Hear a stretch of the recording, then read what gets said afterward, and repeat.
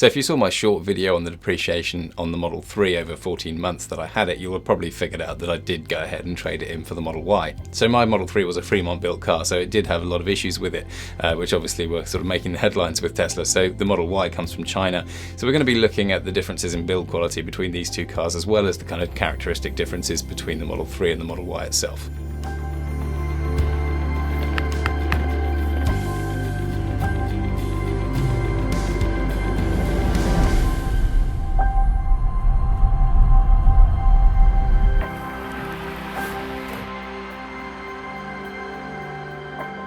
So the first thing you interact with when you pick the car up is obviously the door handle, and that feels very different to the older Model 3. It feels much smoother, and then when you open the door you can kind of see the difference in build quality immediately. The rubber door seal really struck me just how much of an improvement there is in terms of the way that sort of is designed and the feel of it too, and that obviously all then goes towards how the door sounds when you close it. So that whole kind of feeling of the door and the door handle, much improved there.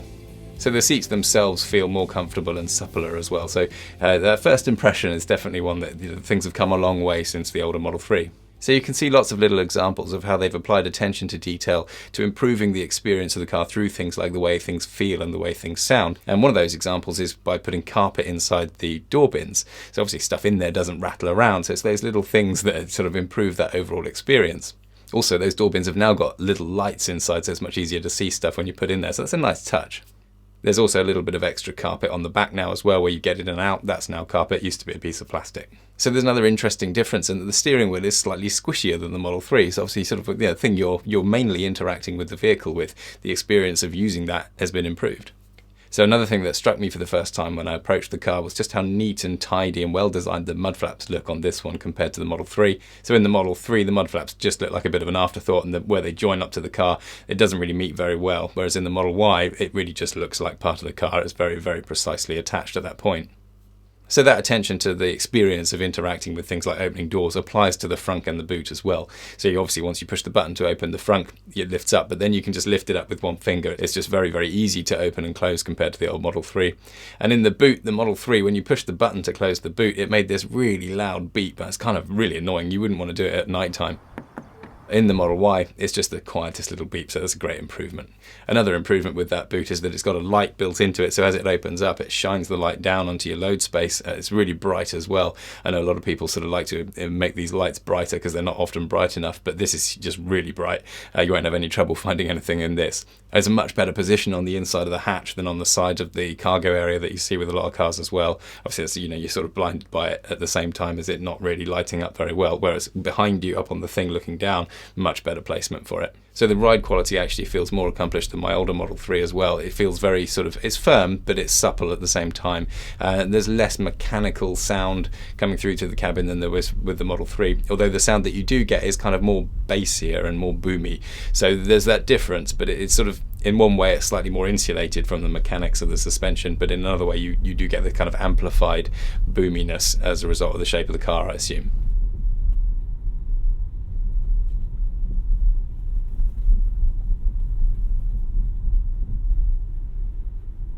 The suspension is quite interesting. People are commenting on the harshness. I think there is a kind of road surface that unsettles it more than others, and that's when you've got sort of shallow potholes with a kind of broken edge of tarmac. That will unsettle it at the right kind of speed. I mean, it's not a disaster. It's just sort of slightly unrefined with that kind of thing. But on the other hand, it actually removes vibration very well. There's no vibration on a normal road surface or even a rough road surface. It deals with those very small kind of vibratey bumps really nicely. And then when you're in an off-road situation over kind of rough ground going very slowly, there's plenty of sort of travel in the suspension, and it actually feels quite supple in this sort of environment as well. So things like speed bumps, it just absolutely sails over them as long as you're going at a sensible speed. It's very, very supple. There's no hard edge to it when you hit it. It just sort of absorbs it and smoothly moves over it.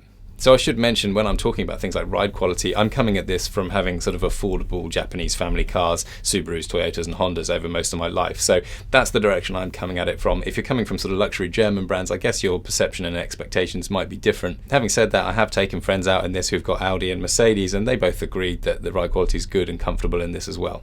Now, I've got 19-inch wheels on the Model Y here, so I don't know if a lot of the internet chatter about the harsh ride is coming from people who have used the 20-inch wheel version. I'm not sure how much of a difference that's making or what, but certainly with the 19s, it's not an issue that I'm concerned by at all. So where it really excels, I think, is those open country roads where you've got sort of natural undulations, but essentially a fairly smooth road surface. It holds that kind of road really, really well. And combined with the extra ride height, it kind of feels like you're in a spaceship, just sort of hovering over the road. Very sort of, you're feeling the road a little bit, but you're also quite insulated from it as well. Just a very nice balance, I think, of that for this kind of a car. So in terms of build quality and panel gaps and all that stuff that likes to make headlines with Teslas, the Chinese Model Y here is much, much better than the Freemont Model 3. There's no question about that. There's no obvious issue that's as a result of poor alignment in the factory or anything like that. There are a few points that I think are actually resulting from the design level. So there is a sort of odd gaps that I think are just, the way it's been designed.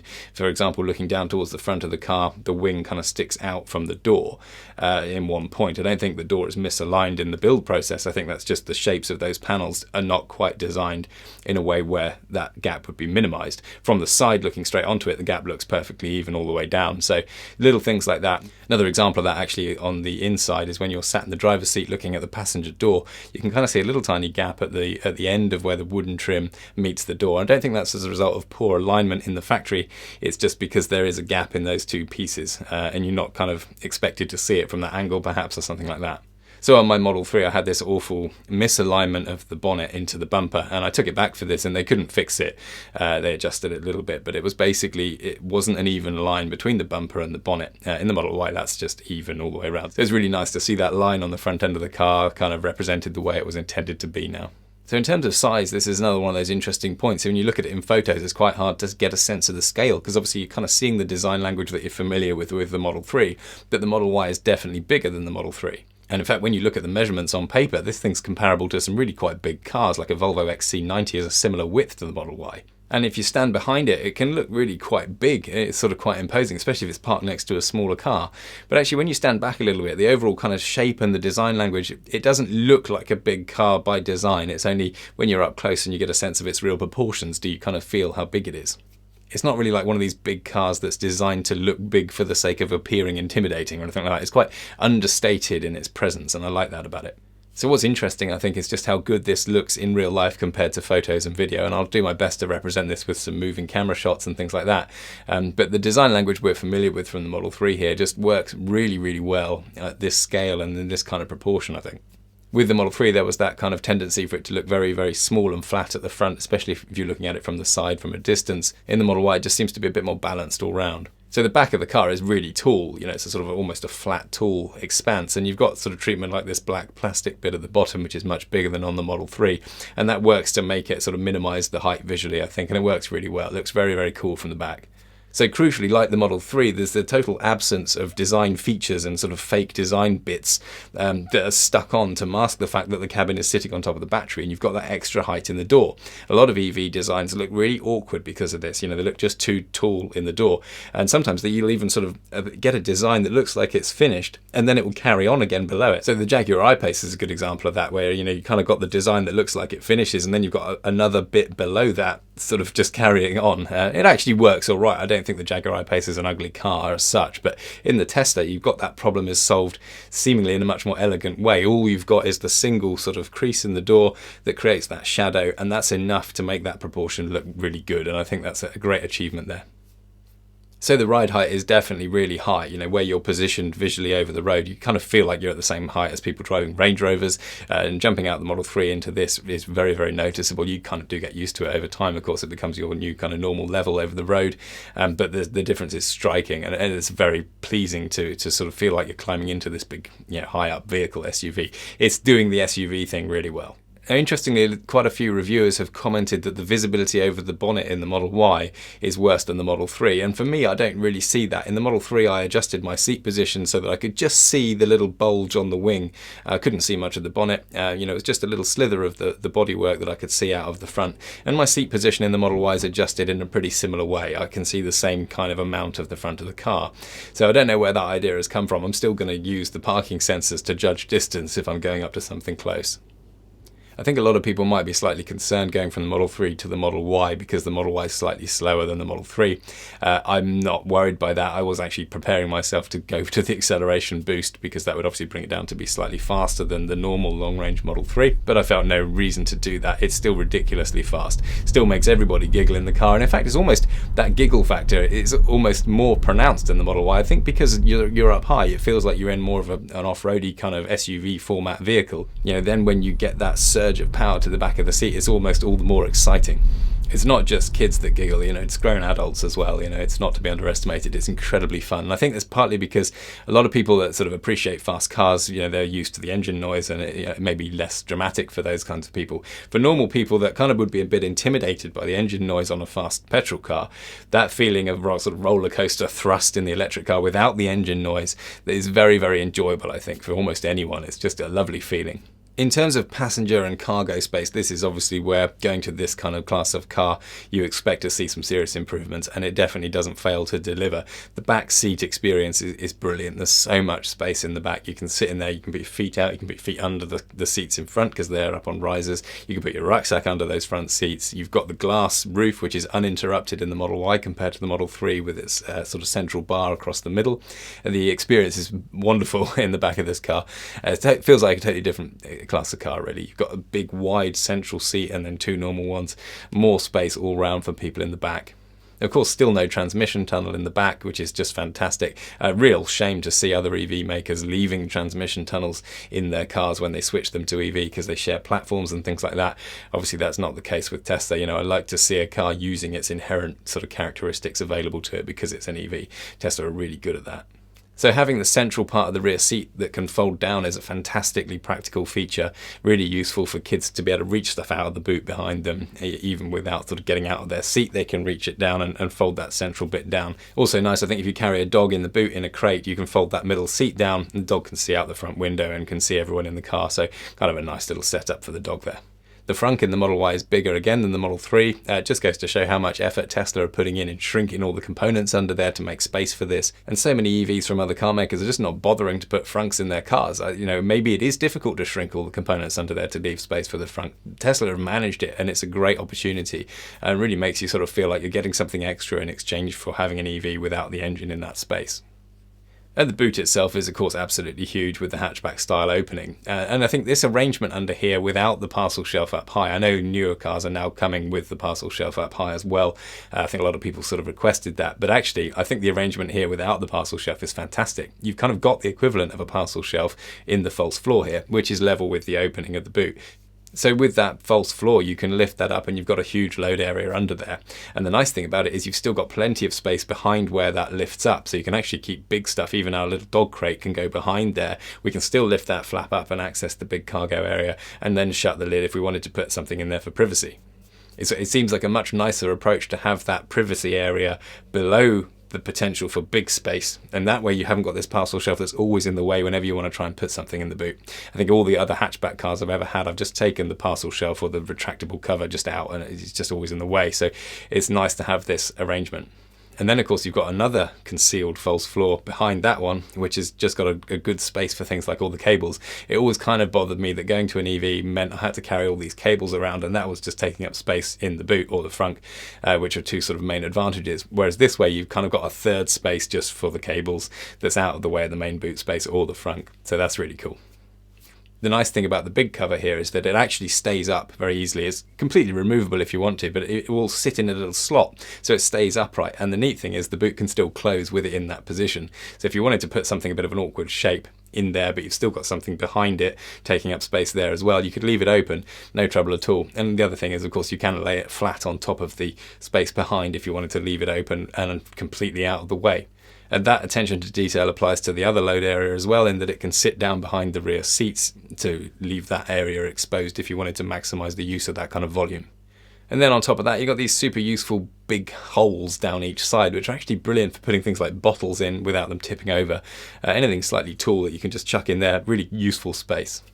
The boot area just works really well. There's so much attention to detail, and it's simple detail. That's the thing. It's not over-engineered. The sort of result of those features is really, really useful. It's the way design should be, I think, and they've just nailed it. The other thing that's great about the boot design here, because this load area is totally flat and level with the opening, you can actually just sit on it, and the hatch is higher than your head and keeps you dry, obviously, if it's raining. Lovely way of just having a picnic. This will be a great car for camping. So going back to the fact that they managed to fit the frunk into the front of the car, it's actually even more impressive that they've done this because there's a HEPA filter taking up space in that under the bonnet area as well. And that's actually a very interesting point that I think is overlooked when discussing EVs. Because in an EV, without that abundant waste heat from an engine, it's actually quite difficult for them to heat dehumidified air from the air conditioning. So in a petrol car, you can put the air conditioning on, that dehumidifies the air. It can then be heated by all the waste heat from the energy. So in the winter, you put the recycler on to stop fumes coming in, and you keep the glass clear with that warm dehumidified air. In the Model 3, without the HEPA filter, if I wanted to put the recycler on to stop diesel fumes coming in, I'd run the risk of the glass actually steaming up. And it didn't do it all the time. It was only in certain kind of temperatures and certain kind of humidity, I guess, in the air. Sometimes that would really steam up, and I had to just turn the recycler off to let the fresh air come in and clear it. But of course, the fumes come in as well. In the Model Y, with the HEPA filter, that issue just goes away. So I think for an EV, the HEPA filter is especially important. I really do hope they can actually figure out how to fit one into the Model 3, because that would complete the package for that kind of a class of car, I think. So with a four-wheel drive SUV kind of style vehicle, you do expect a little bit of off-road credentials. Now obviously this isn't a big off-road truck. It's quite clear that no one's going to be buying this with the intention of really abusing it off-road. But when you buy a car like this, you kind of do buy it for the peace of mind that it will deal with things like campsite tracks or maybe a festival field, those kinds of environments. And I think actually it's fantastic at that. And obviously that peace of mind when it snows as well. You'd want the ground clearance and the decent all-wheel drive system. So the Model Y ground clearance is pretty good. It's actually on paper 6.6, I think, and I've measured it in different points under the car. In between the axles, front to back, it's actually over 7 inches. And then strangely it did seem slightly lower than 6.6 in between the front wheels at the front. But of course your wheels are there. So if you're aware of that, you can position the car so that the wheels are lifting the body of the car at that point. So you're going over a hump, the body of the car doesn't matter so much. It's then when the front wheels drop down the other side of the hump, you've got that breakover situation. Your clearance is a bit more important in the front of the car in that situation. Obviously that doesn't always work. Sometimes you've got a situation where your wheels are dropping into existing tracks and the centre of the road is high and you're trying to drive over that you don't really want the low clearance at the front there in that situation. So it is what it is. It's amazing on the road.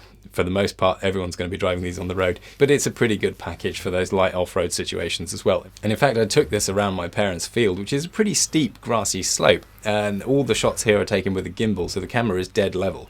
So the angles you see here are all very genuine. And of course, this was way past the limits of the tyre. Grass at this kind of a slope with a heavy car, there's no way the tyre is going to grip all the way up. And you can see the tyres losing traction, but as soon as it does that, it manages to put power to another one that's got more grip. And it just goes up this hill at slow speed. I'm not using momentum to cheat my way out of this. I'm doing it deliberately very slowly to see this traction control working, and it does an unbelievably good job. So this was with off-road assist just turned off. This was just normal, jump in the car, drive up the hill. And it's actually a wonderful experience driving an EV in an off-road situation with the windows down. You can hear the bird song. In a situation like that, normally you have to rev the car pretty hard to get the torque needed to go up the hill, and then mechanically you're aware that you've either got to have a low-range gearbox or a torque converter in automatic with like the Subaru to get that torque from the high revs to the low speed that's needed for that situation. In the EV, there's just no drama there. The mechanics of it, the engineering, full torque at 0 RPM makes for a very, very good off-road experience. I think once we see EVs really maturing in the off-road scene, like with the Cybertruck and the Rivians, I think we're going to really start appreciating what an amazing off-roader an EV can be. So it is that bit more rugged in its approach. You've got bits of plastic trim around the wheel arches and down the sills, and I don't think they're just cosmetic. They do make it a little bit more resilient to damage from stuff, especially with the paint peeling issues we had on the Model 3 on the sills. It's nice to see that just as a piece of durable plastic. And actually all of this stuff is really tough. You can bash these bumpers and the sills and the bits around the wheel arches. It's all very solid. Even in my Subaru, these kinds of bits of the car are very lightweight plastic. They're quite flimsy, whereas in this, there seems to be some real structure there. It's definitely pretty tough. Also nice to kind of see the bumpers actually with a pretty good approach and departure. They come up quite quickly just after the wheels at the front and the back. So you're not going to worry about bashing bits of bumpers as you're maneuvering this in a field or something like that. Obviously, it's important to know that I'm talking about this for the kind of car that it is.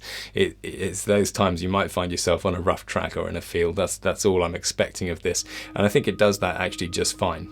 So when I first heard about the Model Y, it seemed a little bit like they were just turning the Model 3 into an SUV to corner that kind of the market. But actually it's definitely much more than that. This is a really fully thought out vision of that family SUV format. It's fast enough and handles well enough to be fantastically enjoyable to drive on the road, yet it's got all the off-road ruggedness you'd need for this kind of a car, combined with unbelievable practicality and interior space and usefulness as well. So it's just the ultimate family car. I can't think of another way of putting it. So if you enjoyed this video, check out my other videos and subscribe for more. This channel is all about exploring design, usability and workflow, so I go into all kinds of different areas. I think there's something for everyone. Please do like, comment, share and subscribe to help others find this video and support the channel. Super appreciated, and I'll see you in the next video.